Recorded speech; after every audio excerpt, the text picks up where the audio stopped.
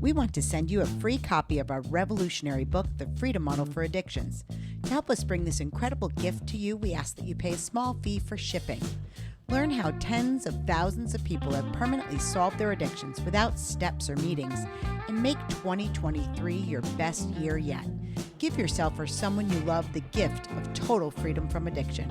Click on the link to get your free copy sent to you today. Welcome to the Addiction Solution Podcast. I'm Michelle Dunbar. Enjoy listening and watching as addiction experts Mark Sheeran and I cover controversial as well as helpful topics on addiction, how to move past it, and other related subjects. As two of the co-founders of the Freedom Model, Mark and I will give you a completely new perspective on the topics that matter to you. We will take to task the Recovery Society's lies and misinformation and replace them with facts, research, and the methods to move on from addiction struggles without 12-step meetings, rehabs, and the shackles of endless recovery. Let's escape the treatment and recovery trap together and learn to be free. Hey, everybody. Hi, everyone. Welcome to the Addiction Solution Podcast. I'm Michelle Dunbar. And I'm Mark Sheeran, and we wrote this awesome book with Steve Slate, The Freedom Model for Addictions, Escape the Treatment and Recovery Trap. This is our podcast, and we did a great thing this week. It was Mark's idea. We posted in the group, what do you guys want to hear about? And I got 14 topics. Yeah. It was so amazing. And you can keep posting your topics. We'll keep adding them to the list. So, I mean, we're 14 weeks. We got 14 weeks worth of topics here. It's fantastic. Yeah. So the first one that was posted, we're going to just go right in order and combine the ones that are kind of similar, right? So the first one that was posted was when you keep falling off the wagon into heavy drinking and wonder if you'll be just one of those lost ones. And I think this goes along with, being labeled that chronic relapser, right? You're in and out of treatment, you're in and out of AA. Am I a real alcoholic? How can I just stop? Don't I need tools? Yeah. To stop? Yeah. So that's what our topic is going to be about today, is when you feel like you can't stop. Yeah. So everybody, I don't know, the entire time I've been doing this, they always ask for tools, and that comes out of the treatment community where they say, I have the tools. Right. I have the tools. I remember going to rehab and they would say, you now have the tools. And I'm like, I'm not sure what that means. After 18 months, I don't have a tool. I don't have a single tool. Right. Well, they're like the steps. So I said, oh, religious conversion. Okay. So here's what's wild. The whole problem with this idea, let me jump to the solution, the answer first. Okay. Perfect. Because the answer is a change in your mind. Yes. And that's an inside job. It's within the autonomous individual. And people say it can't be that simple. And they only say that because they've been duped into believing that there's some condition present, like a disease, like a parasite, like a virus called alcoholism, that happens to them. Right. That there's some way that they are not in control of what they're doing. That's right. So we're being very precise in our language here today because we have to be. So if you believe that there is something other than your own mind at work, well, then you do need tools. Then you need something other than your own mind to solve it. Let me give you an example. When you have cancerous cells that have a motive, if cells can have a motive, they're living things, right? That have a motive to grow and grow abnormally, unfortunately, and it eventually kills you, right? That's the motive of the cells. Or if you have a virus, the motive is to feed off of you, change your genetics, the genetic code of a cell. So it has something that it's trying to do. It's a living thing. Right. It has a life force of some kind to it. And now I don't know what it thinks, but you get the point. We know what these things do. And so you need something other than you and your mind to fix it. You might need chemotherapy. You might need some nutrition change. You might need a different lifestyle. You might need tools, actual external things to you that come in and intervene between that pathogen and you. That's how we deal with disease, actual physical disease. The problem with drinking is it's a choice we're making. But if you don't believe it's a choice, you believe it's a condition. You see? So Right. there's it all comes down to this strange argument that your choice to drink is not your choice. That the drinking is the pathogen, that the alcohol is the pathogen, that the choice is made for you by the motive of a drug. But a drug doesn't have motive. But I'm talking in disease ideals. So if you believe that there's something external to you called a disease of addiction, well, then there's all kinds of strange recovery things that you're going to have to do. You're going to have to jump through a bunch of hoops. But the freedom model doesn't say that because there is no disease of addiction in reality. Right. And the thing about it is when you ask the question, how do I stop drinking? I mean, that's really what the question is that you're asking is how do I not drink? When you say, am I somebody that's just going to be this chronic relapse, or am I somebody that's just going to be lost? One of those people that are the unfortunates, they're constitutionally incapable of being honest with themselves. That's bullshit. Yeah. Okay. Yeah, because that is bullshit. anyone at any point in time can stop drinking. And you know that's true because you have. Right. Okay. Because you have. So the question becomes, well, how do I, and I hear this from people and I understand it. In the morning, I have great resolve. And by 5 o'clock in the evening, I want my wine or whatever it is. And so that's when you start deliberating, right? Nothing is happening to you That's so good. that forces you to That's go right. have your wine, okay? Or that forces you to go have your vodka. Nothing is happening to you So therefore, you don't need some external thing to fix you, to keep to you from stop you, doing it. to stop you and save you from yourself. Right. Right.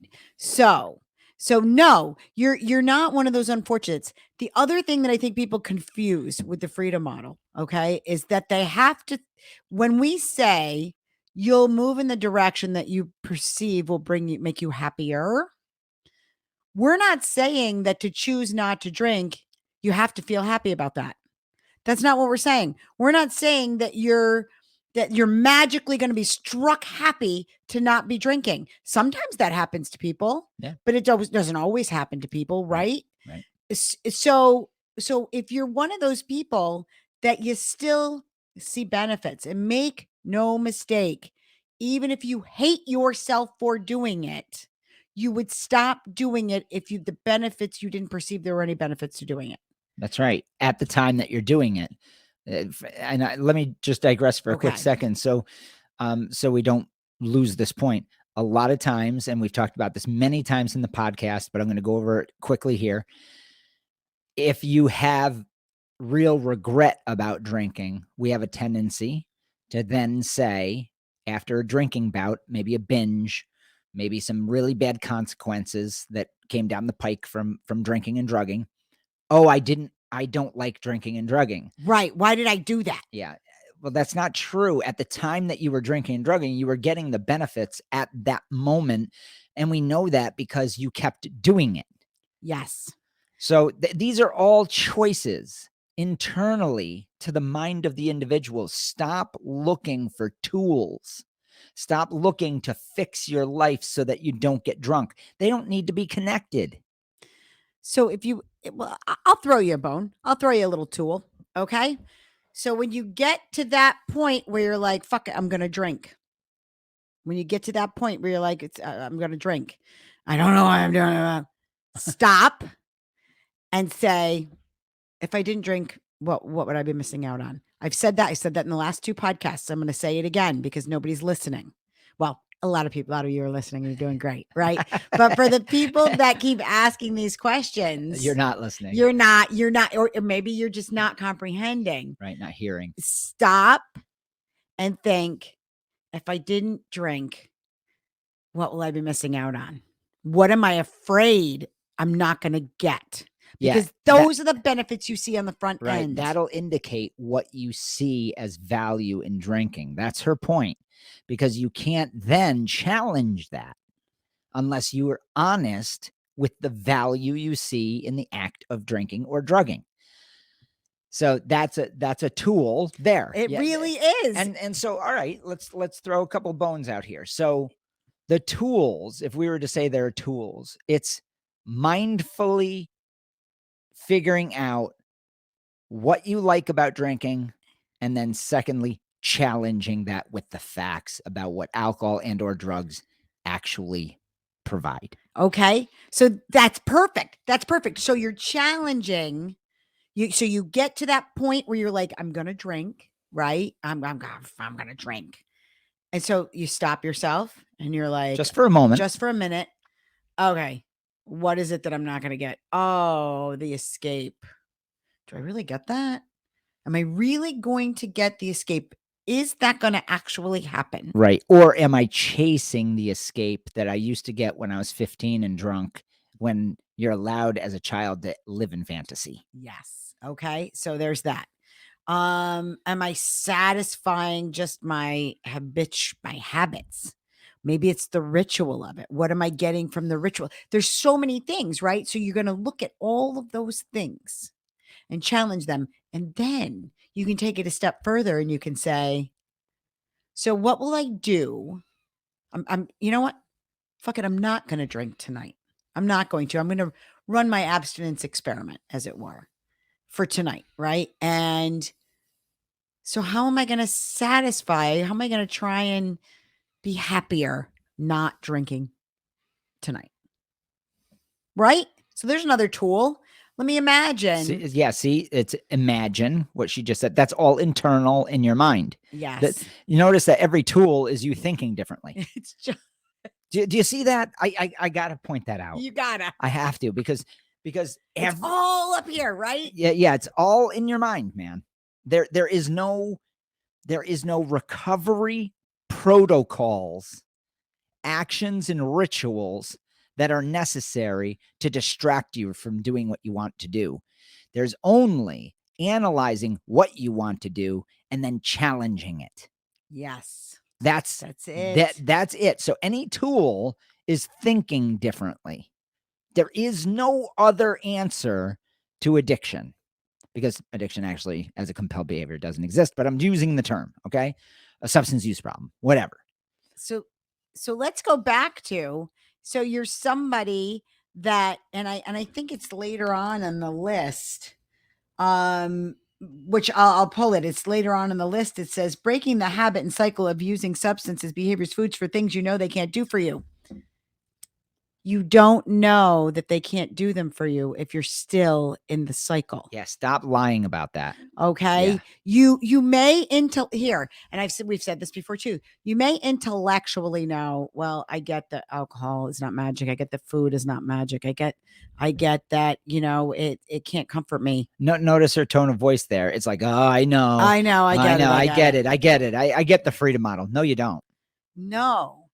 You're hanging on to it. So maybe intellectually you kind of get it, but emotionally you don't. Right. You're hanging on to it. You still want, and look I'm not judging it.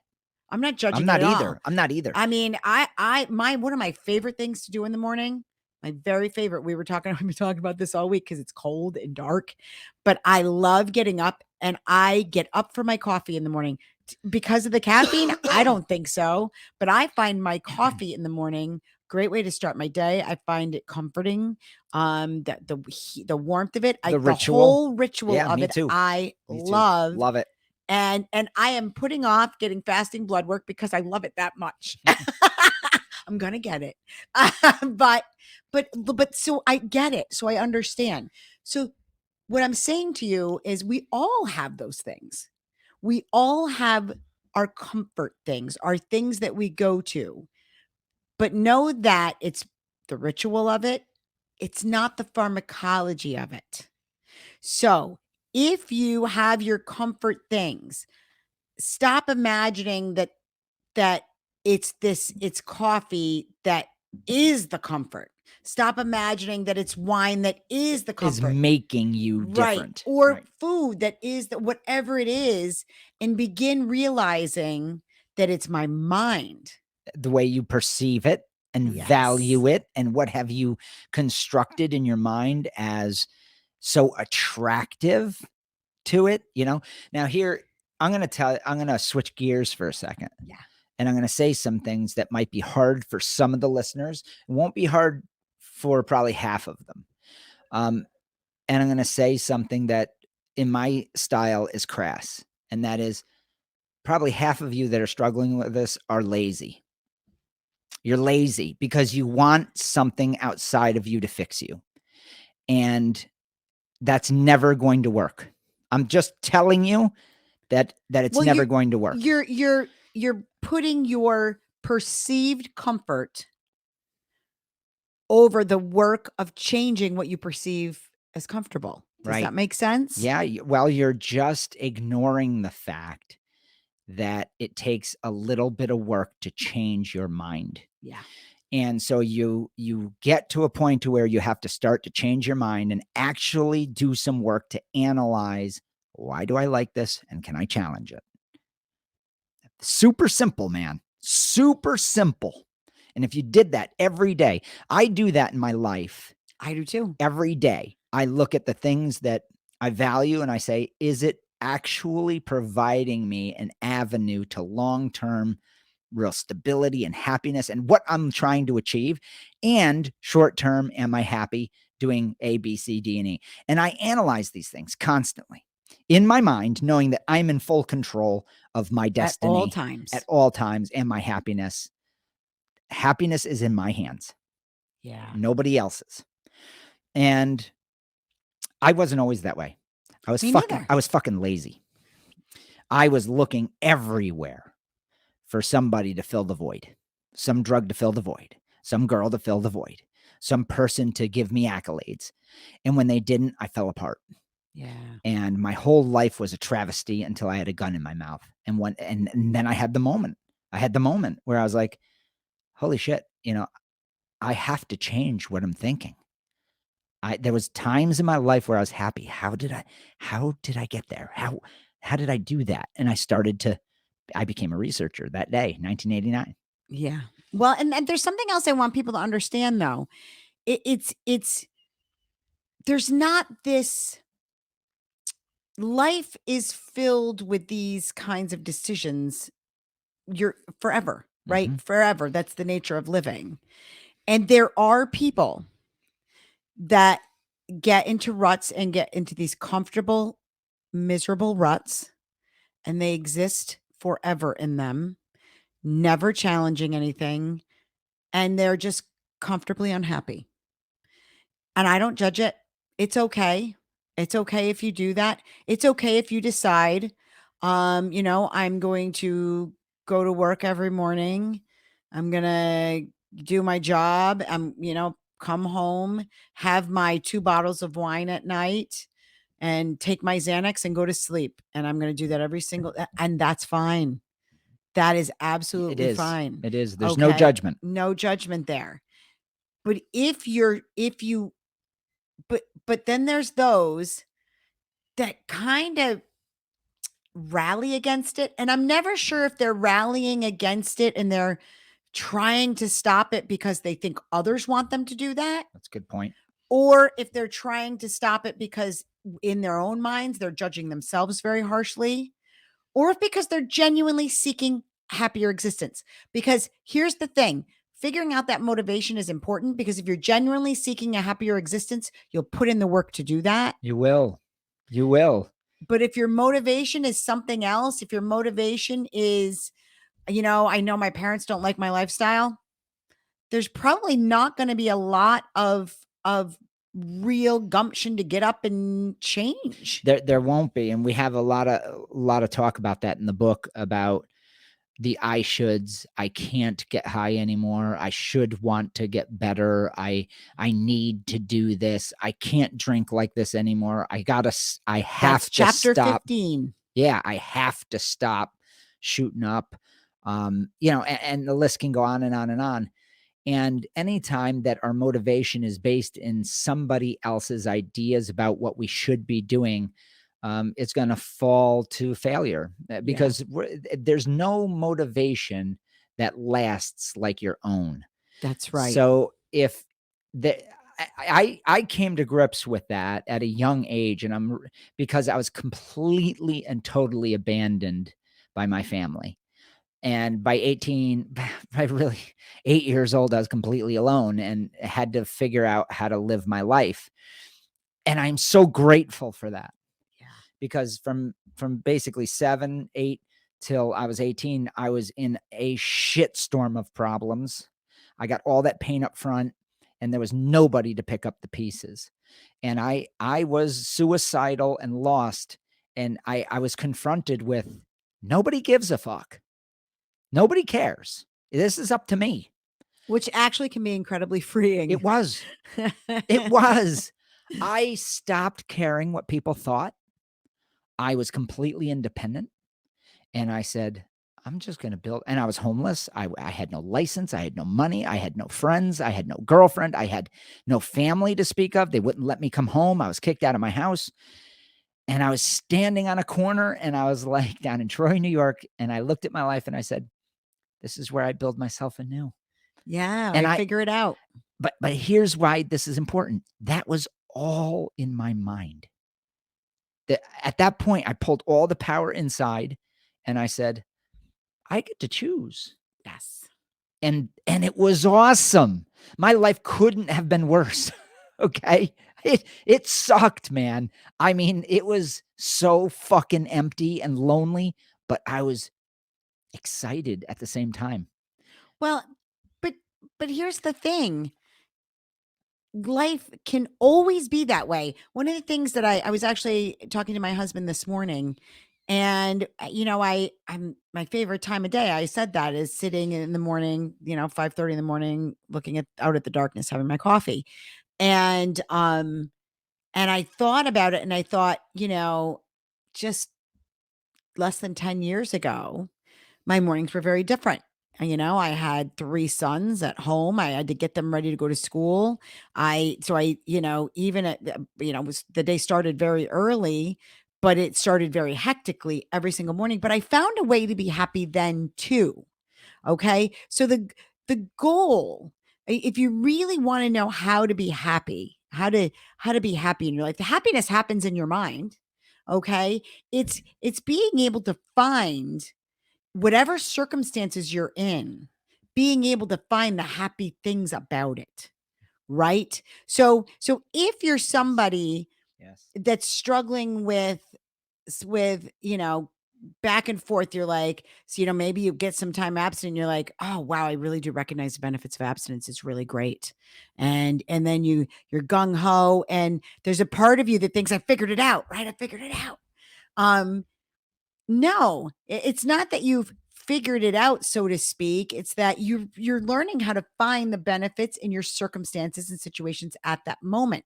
If you still believe that alcohol has some benefits for you, you'll probably go back to it. If you still believe that when you have one of those days, maybe you have this period of time abstinent, and your things are going along, and you're like, woo, I'm feeling so great. And maybe you're feeling so great that you're telling everybody about the freedom model, and you're like, you all got to think like me. Yeah. And this is so amazing. So true. Right. And then all of a sudden, some dickhead online says something shitty to you. And then while your kid tells you you're a bad mom, right? While whatever, the principal calls you and says that your kid is like picking his nose in class or whatever. Okay, so then all of a sudden it feels like things are piling up, and there's there's the benefits. I should just fucking drink. I should just drink. And it's at that moment that this is critical. The whole deliberating, the whole choice making thing. You have to have the right information to deliberate properly. Yes. So if that icon of alcohol or shooting heroin or methamphetamine pops into your head, does it actually solve? Does it make me happier? Does it cause me to be happier? Or is that fucking me? Right. Is that me interpreting the drug effects? You know, this is where we Shiny disco ball. Yeah, this is where we get into the mechanics of dismantling your preference. It's at these crucial times when you have a ritual of getting high that's attached to things. Learned Connections chapter. Yes. Read it. Dismantle this thing. You have a construct, a labyrinth, a disco ball of bright myths that keep you tied to this. That's when this manual, this deprogramming AA manual, deprogramming from AA, this is crucial, because it's not just deprogramming from AA, it's deprogramming from our culture. Yeah, from the belief systems. Yeah, that's a better way of saying it. About substances in general. Of everything about substances. So let's have another one. You're going along the freedom model. It's awesome. You're like, yay, I freaking got it. I got it. Things are going great. They're going great. And a friend calls you and it's like, life is great. Let's go party. Let's go have some fun. I got some cocaine. Let's go do this. Well, you can go do that if you want. Okay. If you perceive, I'm going to have a good time. I'm going to get blasted. It's going to be awesome. Okay. But so you see the benefits on the front end and it's fine. The next day, going back and judging yourself based on the fact that you perceived you were going to have all this fun, maybe shit went south. But behind it all started with cocaine makes me happy. Yes, that's it. If you're seeking a solution to your substance use problems that doesn't label you for life or make you go to daily meetings with strangers, and instead shows you how you can solve your problem and create the life you truly want, then you've come to the right place. The Freedom Model is for you. The Freedom Model program options allow you to continue to live your life, learn the Freedom Model on your schedule, and implement what you're learning immediately in your daily life. The Freedom Model online program consists of more than 20 hours of video lessons taught by Mark and me. There are 2 to 3 lessons per chapter to guide you through the Freedom Model text. We have also included our lessons, the mind and the brain, the binge construct, and life movements. You'll get digital copies of our book, our workbook, additional lessons and their worksheets, and our audiobook. Included with the online program is the Freedom Model for the Family online program and books, new Freedom Model quick lessons posted weekly, the Freedom Model monthly newsletter, the 12-step deprogramming seminar series, and a monthly 2-hour members-only live question and answer webinar with Mark and me. To enroll in the Freedom Model online program, go to online.thefreedommodel.org or click on the link. So we tend, and everybody does it. Everybody does it. Because you've practiced the art. We tend to ignore that. We gloss over that part really fast. I mean, It's literally instant. So everybody at that point, then they go party. They act mystified because they are. Like, oh, I can't believe it. I can't believe so badly. Yeah. I drank too much. I did too much coke. I knew it was going to end up like this. Yeah. I knew it was going to end up like this. What the fuck is wrong with me? Right. Well, nothing's wrong with you. You glossed over the analysis part. Yes. You literally bypass that. And sometimes, frankly, like I said, it's out of laziness. Sometimes it's just you've never done it before. Sometimes it's just you just accept at face value that this is, I remember this. It contains fun. Yeah, and so just out of pure habit and you're like a relief-seeking missile. You don't analyze it, and it turns out bad. So my point is, you may have to be very mindful in the beginning of dismantling your construct. You have this mental construct, this way of thinking about drugs that is really, really, really skewed towards a bunch of mythology about the drug being this marvelous, powerful, beautiful, magical thing. You keep that shit whole. If you want a tool, read it, Analyze the drug, analyze your benders, and say, does the drug actually make me beautiful, happy, energized, creative, a better partier, licensed to misbehave? Does it do all How these things? pleasurable is it really? Right. Like, really? So don't skip over that. No. That part is really crucial. So when you're running the abstinence experiment, which was also another topic on here, so I'm kind of pulling a few in. When you're running that abstinence experiment, really run it. Really run it in every situation. So when the shit hits the fan and you're feeling bad, and that's the time you usually get hammered, don't. When things are going great and, your best friend comes into town and wants to party hardy, go out, have a good time, but do it with no substances. Now, I know some of you that maybe haven't been exposed to the book are saying, well, if I could do that, I'm an addict. Well, if you're in that boat, if you're in that camp, you need to read the entire book first. Yeah. Before you try anything, because it's just going to be a mess. Yeah. It's going to continue to be a mess, and you're going to be very sad. And we've all been there, and you're going to be really mystified. If you're struggling, if you've read the book and you just can't get there, get our online program. Yes. Because it's obvious you need something more deliberate. Maybe you need to learn through video. Maybe you need a coach. We've coached people for 34 years. More than 20,000 of you. So don't hesitate to make a call. It's on, the number is there. Don't hesitate, because sometimes we need to talk through these things face to face, one-on-one, and say, how do I do this again? How do I do this? A change of mind, to be honest, can be the most difficult. Let me let that ring. Well, you know what? You can't hear it. Oh, really? Yeah. Right now, our there's a clock behind our heads that's chiming. Oh. And every time I listen to it, you can't hear it. The microphones don't pick it up, but it's loud to us. Let me just tell you. Yeah. So a change of mind is one of the most difficult things to produce in a human being, because it takes real work. Well, it does. It takes real work to say a true open mind. Yeah. True objectivity, which is hard to come by. And new information for which to judge old information by. Yes. Yes, which is why we talk about the layers, right? When you first read the book, when you're very first introduced to the book, maybe depending on how strong your belief system is, because it requires a change of mind in 3 ways, right? A change of mind about yourself and your abilities and your capabilities, a change of mind about addiction itself and what it really means, and a change of mind about substances and what they can and can't do for you. So these is 3 very important belief systems that many people have that are keeping them stuck.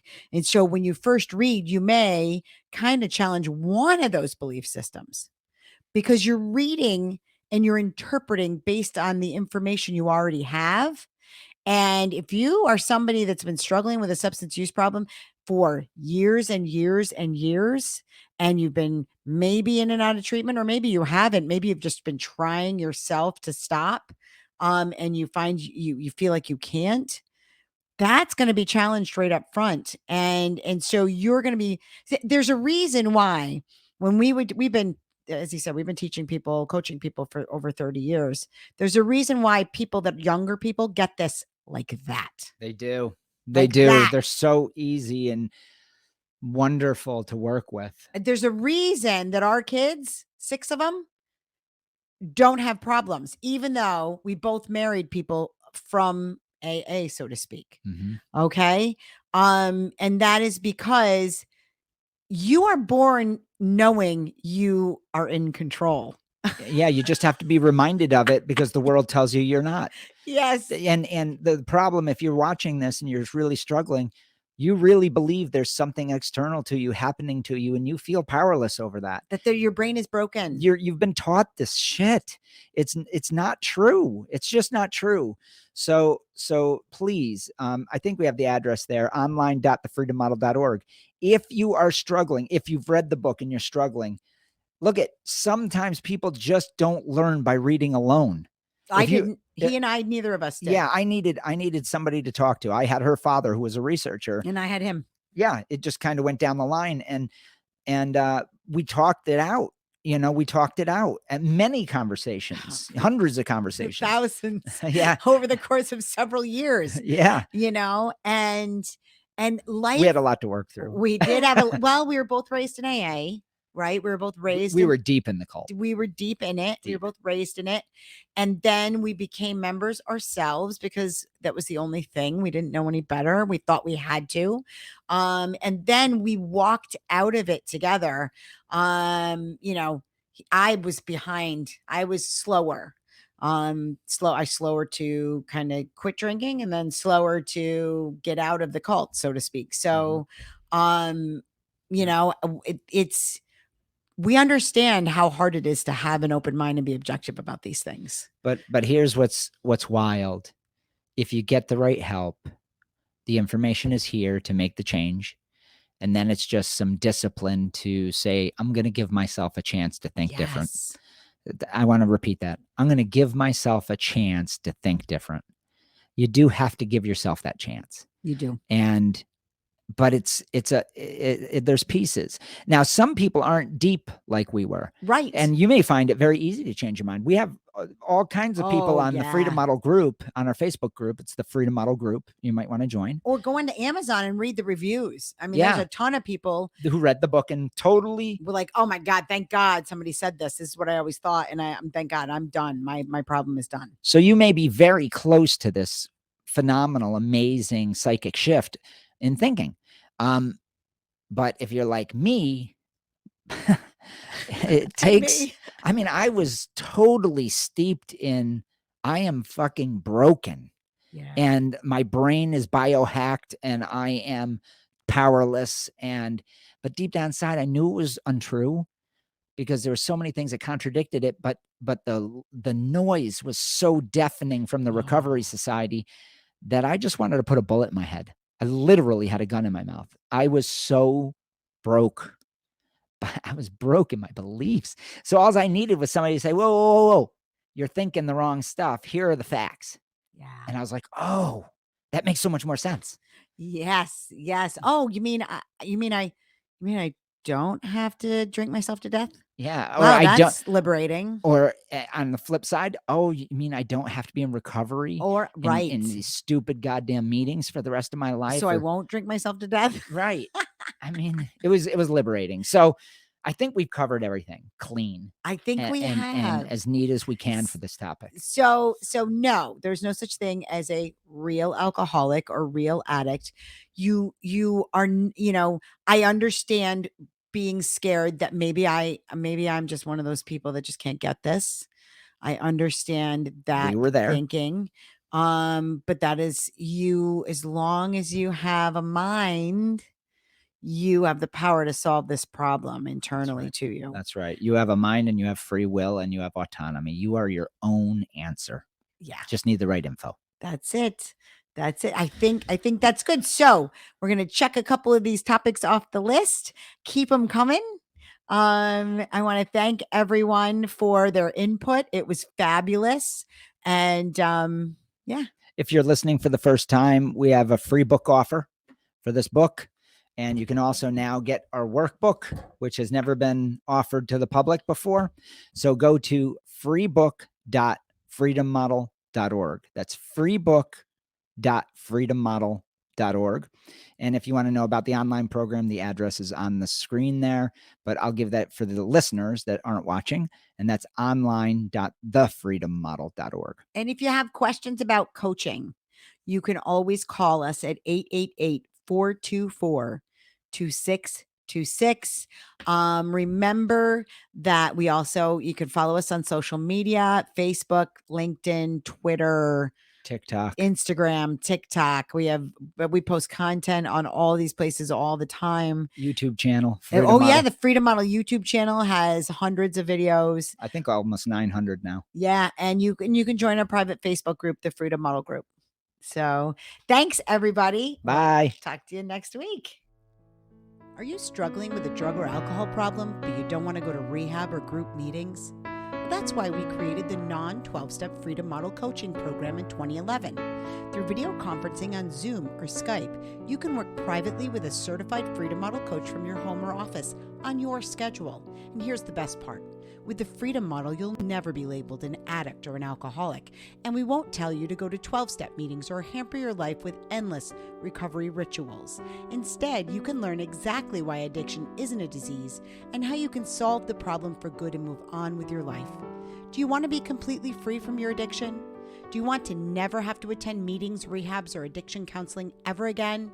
And do you want to solve your problem from the comfort of home? Then call us at 888-424-2626 to talk with a Freedom Model coach today and experience the Freedom Model difference.